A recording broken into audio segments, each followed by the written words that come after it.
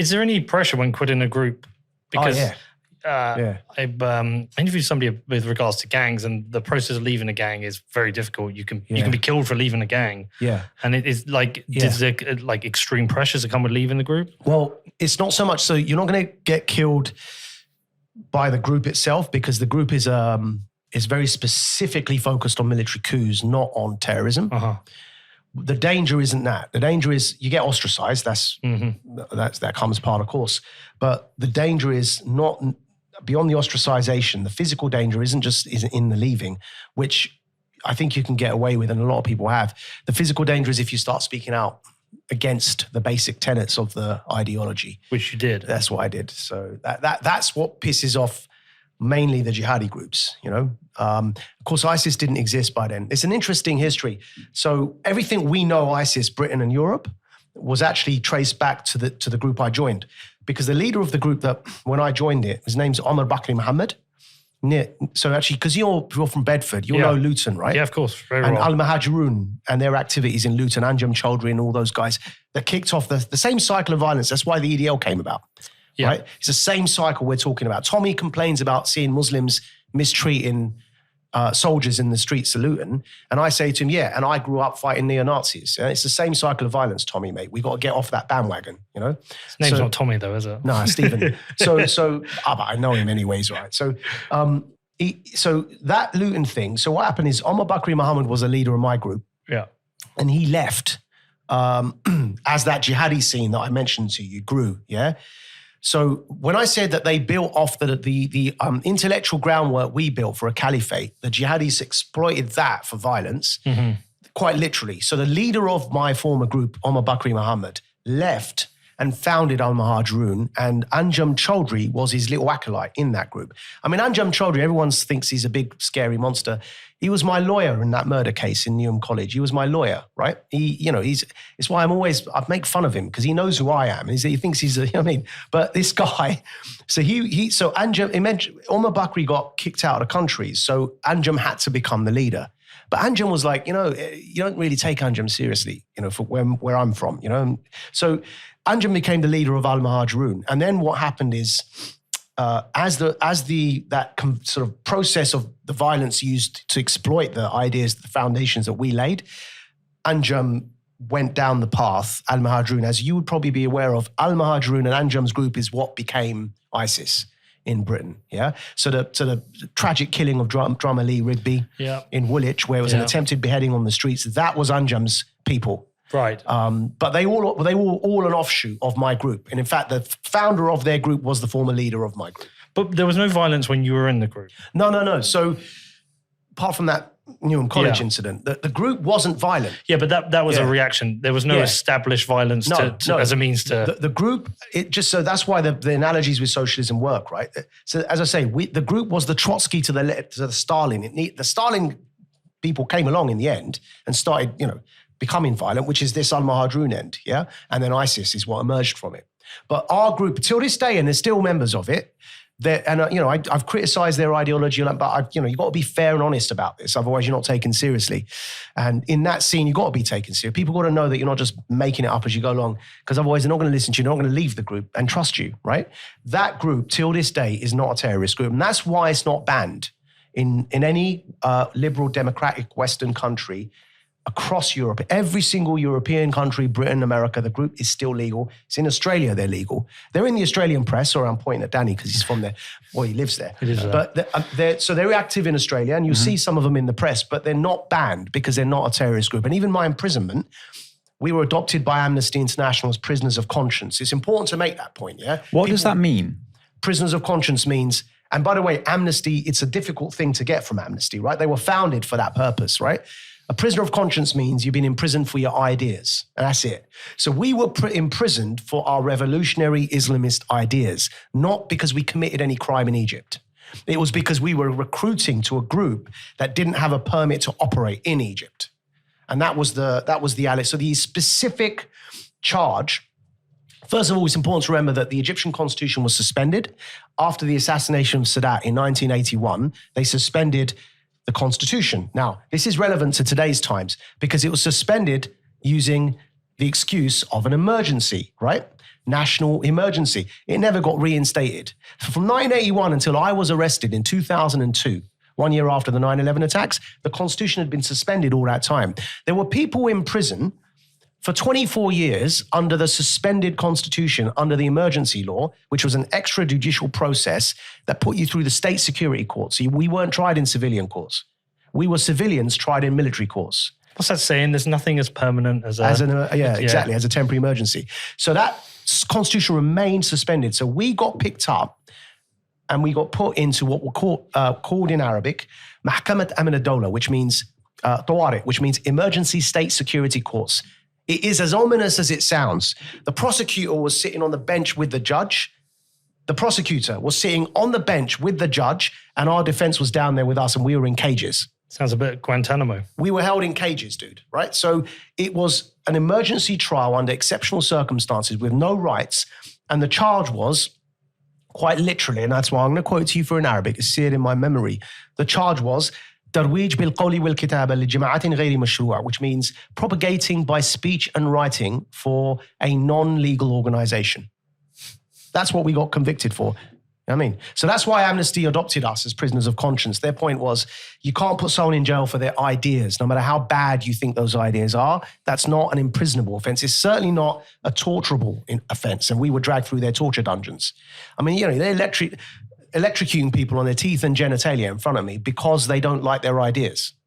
You know, so that's not fair. You know, that's not right. So when people want to understand why terrorism emerged on the Muslim context, that prison I was held in, just imagine you torture a 17-year-old kid on his private parts in front of his dad to force the dad to confess. Yeah. Now you're a father. I mean, now there's only so much psychologically you're going to remain sane after that until you become insane and are prepared to do anything to react because you feel like your dignity's been, you know, basically taken from you. Right. So the prison we were in is where modern day terrorism began. Jeez. Right. We were in this prison called Masratora Prison.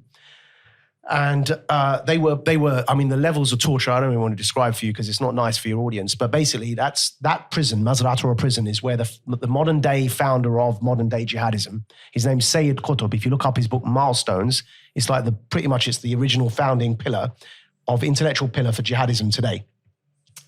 Ma'alim fi Tariq is the name in Arabic of that book. All the jihadis and Islamists, they all know who I'm talking about. Sayyid Qutb was held in that prison and he was tortured in that prison. And he was a member of the Muslim Brotherhood, which until that point was a non-violent group, which was even more moderate than the one I joined. Yeah, they would stand for elections. Yeah, right. And he went from that to pretty much inspiring Ayman Zawahiri, who was just killed the other week as the leader of Al Qaeda. He was held in that prison too, the prison I was in. It was that prison I was in that produced Ayman Zawahiri. It produced Sayyid Qutb. Because these guys, the Sadat's killers so by the time I went in, I was 24, they'd been in prison for 24 years, right? I met them, the assassins of Sadat. All of them had basically come through, after Sayyid Qutb and his generation were tortured in those prisons, they founded the jihadi groups that these guys then went and joined and killed the president over, you know? So why did you turn your back on it all? Was it in prison? Well, I studied a lot. In prison, I debated everyone. I had communists in the socialist side. People accused of being Israeli agents, people accused of converting from Islam to Christianity, people accused of converting from Christianity to Islam. Everyone the running joke in Egyptian prison was, if you change your mind under Hosni Mubarak, the dictator, from anything to anything, the crime is changing your mind, he's going to throw you in prison. So we had just imagine forget university, we had the who's who of the history of Egypt's revolutionary scene, yeah? From jihadis on the one end, assassins of Sadat, all the way through to the guy that got second place in a fixed election against Hosni Mubarak for a liberal party called Hizb al-Ghad. His name was Ayman Noor, and his crime was he got second place and they threw him in prison because he actually won, right? So all of that. Yeah. So I spent, we had this famous Egyptian-American sociologist professor called Saad ad-Din Ibrahim, whose crime was he wrote an article saying that Hosni Mubarak he said this is not a Mumlikiyya, which is the word he used, Jumhuriyya, and so it was a combination of a republic and a monarchy. And in Arabic, he put that word together to say Hosni Mubarak should not make his son the next president. This is not a dynasty. And they put him in prison just for writing that article. And he's a famous Egyptian-American sociology professor. After jail, many years later, I shared a platform with him in America Like he's an established, well-known commentator, but put him in prison. So he's in there with us. So all these people were in there with us. Was it tense debates, or was it like an intellectual environment? Yeah, it wasn't tense. Well, also, I mean, it could have been tense, but no one's going to, like, we're on the jihadi side, right? We're all in the cells together. Everyone's going to be polite to us. So it was good. We had a great, really, really in-depth conversations. The founder of Egypt's largest terrorist group at the time, which is known as Gamal Islamiyya, they had the numbers. Their founder was in there with us, the leader of the Muslim Brotherhood.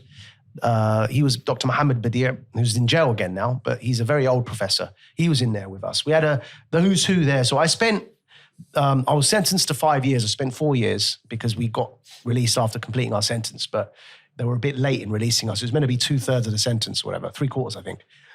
But I spent that time in there debating with all of them.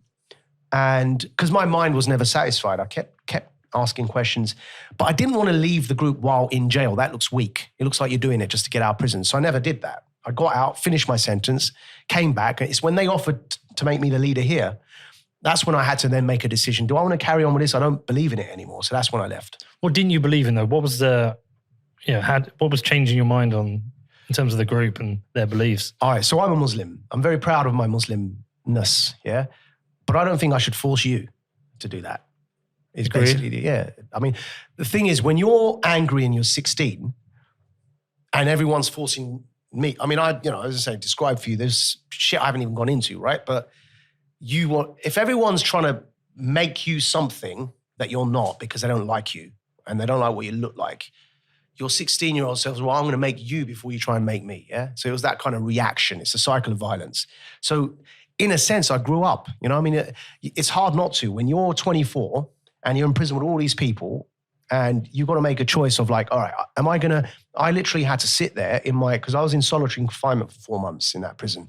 So I had to sit there in that time. We had no lights, no toilets, no bed. I had to piss on the floor where I'm sleeping and then give me 15 minutes in the day and then wash it down with a bucket. So in that moment, after seeing the torture, there was a moment where I had to decide, am I going to get revenge? I'm going to be that father that's watched it. This is a true story, by the way, the 17-year-old kid tortured in front of his dad. Am I going to be that dad? Because they ripped my son out of my arms at 1. I had a boy. He's 21 now. And so I'm deprived of my son. I'm in prison. I'm angry. And I had to make a choice. Am I going to turn into a killer for revenge? Because we weren't violent, But I knew that they were trying to push us to that. Because that's the best way to destroy anything we're trying to do is make us violent so then caricature us. So I thought, you know what? No, I'm going to win this. I'm going to show you guys that actually you're the ones in the wrong. So I had to make a conscious decision to try and say to people there's a better way to do these things, And the better way being? Well, first of all, remove any hate, It's got to start there because that's like That's Stephen, Tommy, that you referred to. Yeah, Stephen. Stephen Yaxley. With that, right? So you can, he's got perfectly legitimate reasons to be upset about the fact that al-Muhajirun, Muslim Islamists were spitting on returning British soldiers, right? Yeah. He's got reasons. That's not nice to do that, right? That's their job. They didn't make the decision to invade anywhere. They're just in the army and they're told where to be deployed, right? So at one point, you got to realize that, okay, you've got a reason to be upset, but then I've got a reason because I came before you, right? And we had a reason because of Combat 18. But then Combat 18, these soldiers served in Northern Ireland. They probably saw someone's head get blown off. So at one point, you got to stop and think, how far back am I going to go? And I think it starts or go forward. Yeah, exactly. It starts with purging the hate from yourself. And that's what I decided to do. And so then your agenda changed in terms of what you wanted to do. Was it then to start educating people or try and help others maybe escape the group, try and have more peaceful debates? So part of the problem is so the way I am now talking to you about this so candidly, yeah, I've written a book with this all in there, but the delivery, the candor and the lack of apology for it is what I can do now. At 28, when I left the group, the problem is that you got to remember, Bush was still president, Blair was still prime minister, we were still occupying Iraq and Afghanistan, and the EDL was rising, yeah? Now, in that environment, to tell you the story unapologetically, as I just have, including the murder in Newham College, it's difficult for people to trust where I'm coming from. Yep. And think this guy's genuinely trying to do the right thing. So before the man who you see sitting in front of you now could have emerged, I had to earn the trust of everyone. And this is what I said to people like Tommy, like, you know, like you could have done a lot better after leaving the, you know, I helped him leave the EDL. You could have done a lot better if you, like me, spent a good period of a few years within that circle, just challenging. The reason you said you left is you said it was getting taken over by neo-Nazis, right? So you could have done a lot better by challenging that racism in your circles the way I challenged Islamism in mine, to show people that you're trying to make amends. So I did that for 10 years. I set up an organization, the world's first, to challenge extremism and terrorism from a Muslim community. So there was a Muslim voice challenging it, yeah? And it was those 10 years of work where working with governments, we you know, people like myself and my brother, Osman Raja, who works with me on Warrior Creed, one of our shows here, the Getter show, it's sponsored by Getter. He's a co-host in there. He's one of Britain's first MMA fighters. He came up in the fist fight scene in the pits. And now he trains professional fight teams. Prize Fighters is his team. And see what happened. He joined my organization, and he would go into prisons to speak to the highest level convicted terrorists for the purposes of, you know, help rehabilitate them into society, provide mentorship. And meanwhile, I was doing the policy side of the work. And we did that, you know, long enough. And the point is that you got to show people that you're serious when you say we want to end the violence. And that's what we did. You know, till this day, we've got like the show Warrior Creed, the very first episode. We got a message after the show from a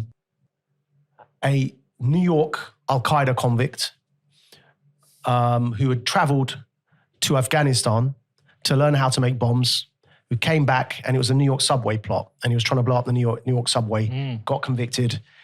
After the first show, Warrior Creed, he watched it and texted in. He's like, oh man, I love the show, thanks, keep going. Here in the UK, we've got the guy that was the head of the Muslim terrorists in Belmarsh. He's one of ours, you know. So what we did is for 10 years, we started trying to pull this all back in, yeah? And we feel like now is the time that we've demonstrated through a lot of hard work that we're trying to do the right thing. And actually now is a time where, with all of that track record, having trained governments across the world, having done a lot of interventions in prisons with the convicted terrorists, holding it down the way we did, now is the time to really try and combine everything we learned from my time in Hizb ut-Tahrir and everything we learned through our work in Counter-Extremism, to bring that all together now, because it's a unique experience and it's a very, very interesting world. We're at a crossroads, and the example of what's just happened to Salman Rushdie, you know, is where we can bring all of that experience and put it into focused analysis, but also try and hold people together, because that's going to be used again to try and divide communities.